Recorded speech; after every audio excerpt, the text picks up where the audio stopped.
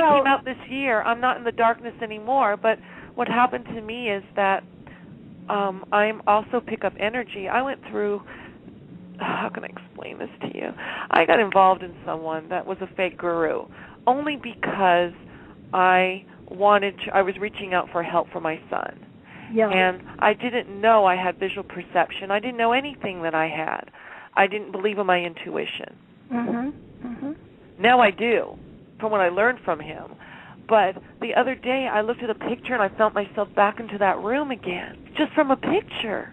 I mean, I made myself sad today because I was writing about Whitney Houston, because I was picturing what I feel like we're sometimes a prisoner in our own mind, and myself made my sadness from my own writing. I've never done that before. I think great artists, and I include writers in that definition, but think musicians, think painters, think dancers. They are all working from highly, highly attuned emotional inspiration. And then intellect comes into it. Of course it does, because you require structure and things, but it has to begin with a feeling. Okay, well, I'm a feeler. I've always been a dancer. And I went to a spiritual place so you called know the about Agape. dancing your emotion. Yeah, the Agape. Have you ever heard of a spiritual place?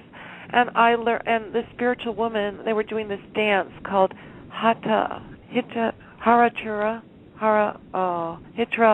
African dance, the healing dance. I couldn't see how they were dancing. I started dancing to the beat of the drum, and I went into a trance. And then after that, I had to speak. I didn't speak before like this. And it's like it was like inside of me, these emotions, but somehow they got put down. May I ask how old you are? I'm in my 40s, my late 40s. Late 40s. Okay. Yeah.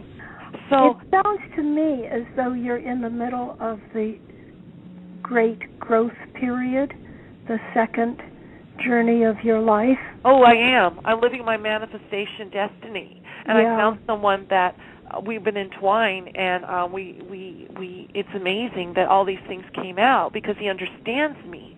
So now I'm speaking. But it's more than that. I met a woman yesterday at a music event. It's interesting you said about music. I was listening to Uri Geller, and did you know that C sharp is the Earth's vibration?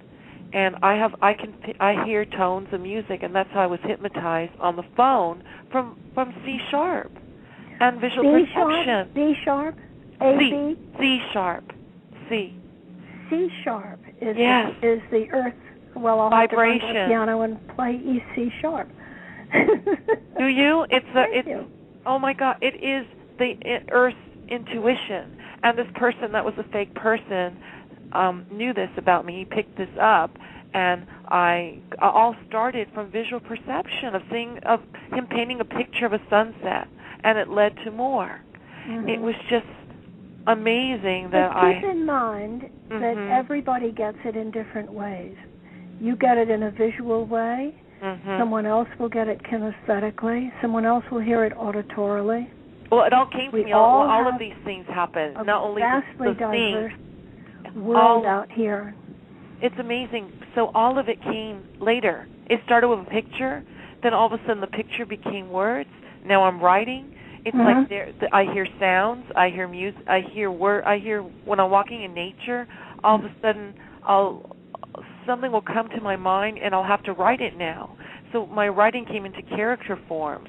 So that you, too, are intuitive, and I never knew I even had ESP. And it's just because I never communicated. So it's you don't communicate with someone. It goes back generations. Don't forget that's what they meant when they talked of the muse.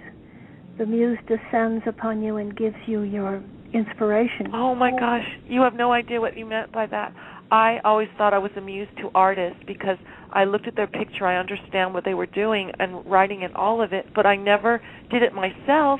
I only understood them, and some people call me a muse. So it's interesting. A muse can't. She needs someone else to help her come out of this being. You know what I mean? A muse can inspire others, but a muse needs someone else to inspire her. So I guess I found someone to inspire me. So I guess that's why these things came out. I think the muse is a spiritual thing. We're not really talking about other human beings. Okay. Well, other some people human called me beings a muse are role because I models, inspired them to become better. Yeah, but the muse is something else. The muse is the inner god or goddess. The muse is the inner angel.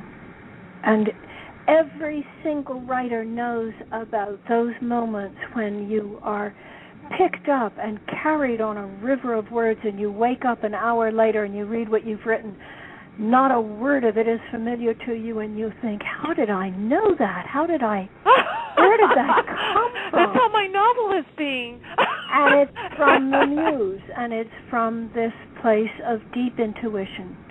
It's the wisdom heart that we can't, unfortunately, get to all the time, but that we're trying for. What's amazing, I'll share with you, is that I created a creature, a person that is really me, but I'm writing the book in her like a fairy, because I couldn't tell my story in regular writing about what I went through. So she is the one who's telling the story, and all these characters that came out are all girls that are me playing different roles. But right. But it all came from intuition. It came into my head. That is the role of the writer. Oh, really? This is it? Yeah. Oh, my goodness. Well, thank you for letting me share this with you, because I never knew that this is what it was all about. But, wow, this means so much. So I thank you. It's the writing and everything came out in poetry and rhyme. Look for my book for writers only. Okay, I shall. Okay, look for that. Yeah. Did you also rhyme as a child? Did you rhyme and you have a circular brain, too? Oh, as a child, I did not understand the gifts. I had them, but they weren't developed, and nobody taught me how to use them. So I was tremendously unhappy and confused, because the things that I thought that I knew, people were always saying, think before you speak. Oh, my gosh. Don't blurt things out. How dare you say these things, which are always true and embarrassing to other people. Yes. But and I lived have in my own world. To shut up. You lived in your own world. Yes? You lived in your own world?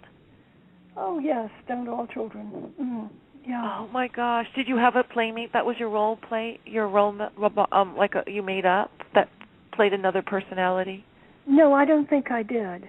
I heard many, many people, and I certainly could see the spiritual world glowing.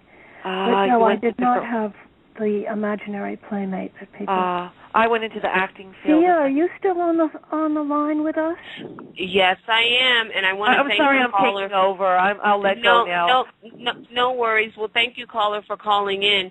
You know, one of the things that I think was really interesting, Sophie, when you answered the caller when you were talking about the muse and it being her organic being herself, and you said that it's actually an energy of spirit. That's really fascinating, because when you're dealing with intuition, it's an interface that deals within and an energy signature. It has nothing to do to a certain extent with the organic, mundane, tangible, if you will. I mean, that is the projector, if you will. But I think that people need to understand that the interface is something that is non-tangible in nature. I don't know if I'm making sense. I know what I really want to say. I think you're making absolute sense, and I love your word, energetic signature. I want to tell two stories to illustrate what I mean by everybody having this intuition. One is you're driving down the road, and you decide that you're going to shift lanes, and then you don't do it. You don't do it. You don't know why you don't do it, but you wait a moment, and then you notice that the car on your side has shifted into the lane that you were going to shift into. And had you shifted when you were, the two of you would have collided. Now, how did you know that? He's in your blind spot. He's not in your mirror. You can't see him. And yet, somehow you avoid that accident. Now, granted, there are lots of accidents, and sometimes we don't avoid the accident. But thousands and thousands of times a day, you're avoiding an accident by some kind of telepathy with the people in the cars on all sides of you, as if you know what those cars are doing. And I have another example that I talked about in The Art of Intuition, and that is the Kalahari Bushmen. And they're living in this very dry desert area. The men go out to hunt. The women stay home in the camp, and days pass, and one day the women start building up the fires, and they say, the men have shot a gazelle. Now, how do they know that? They have their own telepathic telegraph system. Today, we use cell phones, iPads, iPhones, computers. Mm-hmm. And I wonder whether by the use of all of these mechanical instruments, we will lose the innate ability. I don't know whether we will. I just muse on it. It will be interesting to see whether our children and grandchildren will have abilities to the extent that their ancestors did. Now, the Kalahari people had to have that telepathy because they didn't have iPads and iPhones. Indeed. And cell phones and telegraph systems. So it will be very curious to know what comes, but I am such an optimist that I believe that we are evolving as a species. We are becoming more aware, and the goodness of people shining out. I haven't spoken of the goodness, Dia, because I think that intuition is also carried on ribbons of love. And I mean this absolutely graphically. The more deeply you love, the more intuition you have. I once had a Hindu guru, and there was a moment at which I could see the love pouring from his heart onto me, and you could see it like golden ribbons. You could have walked across it.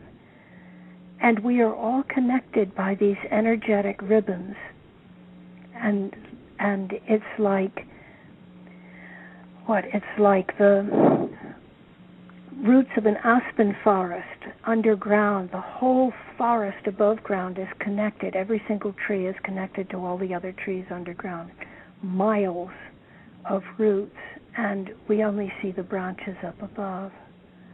Or like islands in the ocean, and you see the islands separated from each other by the water, but underneath the water, they're all connected by the land underneath. And that's what we are. We're all connected. And we all have this possibility of knowing each other's hearts.